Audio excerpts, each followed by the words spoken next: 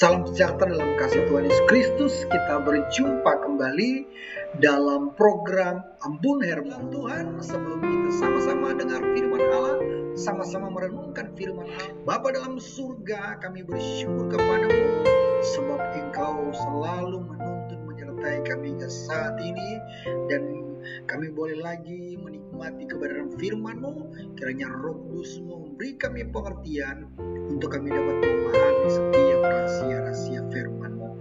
Dalam nama Tuhan Yesus Kristus, kami membaca, kami merenungkan firman-Mu. Haleluya, haleluya, haleluya. Saudara kekasih dalam Tuhan, pada kesempatan ini kita sama-sama merenungkan firman Allah, dan saat ini saya akan ambil tema di dalam kitab Esra pasal 1 ayat yang kelima dan ayat yang keenam dengan tema ketika umat Tuhan merespon firman Allah.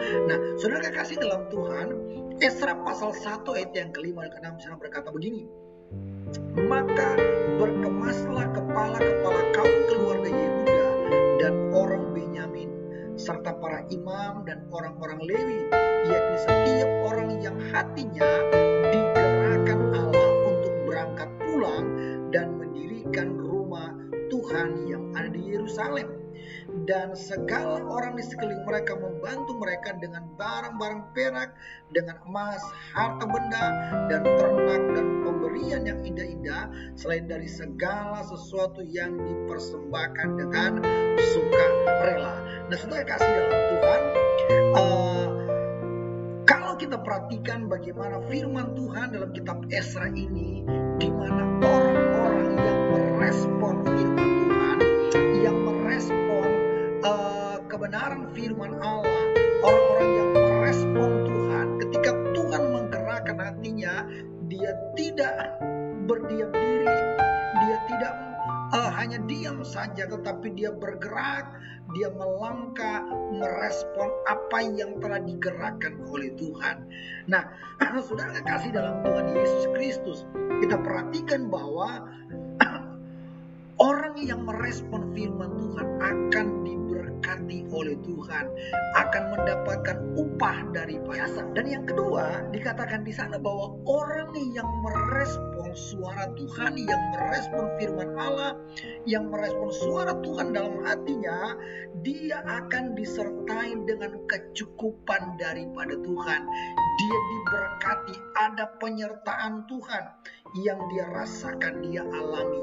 Dalam Ulangan pasal 31 ayat yang ke-8 dikatakan begini, sebab Tuhan dia sendiri akan berjalan di depanmu, dia sendiri akan menyertai engkau, dia tidak akan membiarkan engkau dan tidak akan meninggalkan engkau. Janganlah takut dan janganlah patah hati, saudara. Jadi orang yang merespon akan suara Tuhan, dia akan selalu disertai oleh Tuhan. Tuhan akan berjalan di depannya, akan menuntun dan mencukupkan segala kebutuhannya. Dan yang ketiga, Tuhan akan selalu menggenapi janjinya kepada dia. Dalam Yesaya 1 ayat 19 katakan begini, jika kamu menurut dan mendengar, maka kamu akan memakan hasil baik dari negeri itu. Itu janji Tuhan, bahwa orang yang mendengarkan suara Tuhan, yang merespon suara Tuhan, maka upahnya yang pertama, hidupnya selalu mendapatkan petunjuk arahan dari Tuhan. Dan yang kedua, hidupnya selalu dicukupkan, hidup akan berkecukupan di dalam Tuhan. Dan yang ketiga, selalu akan menikmati jawaban dari setiap janji-janji daripada Tuhan. Kiranya Tuhan memberkati kita semuanya dan terus maju, tetap terkuat di dalam Yesus Kristus, karena janjinya akan selalu tergenapi dalam hidup kita. Haleluya. Mari kita selalu percaya kepada Tuhan Yesus Kristus. Haleluya, puji Tuhan. Mari kita berdoa. Terima kasih Tuhan Yesus, terpuji namamu saat malam ini, satu waktu yang indah ini, kami boleh lagi mendengar firman-Mu. Kiranya Engkau selalu menuntun kami dan kami tak percaya bahwa janji-Mu akan selalu nyata bagi kami. Ajar kami untuk merespon suara-Mu dalam hidup kami.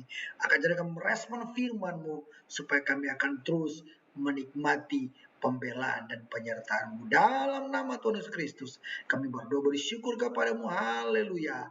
Amin.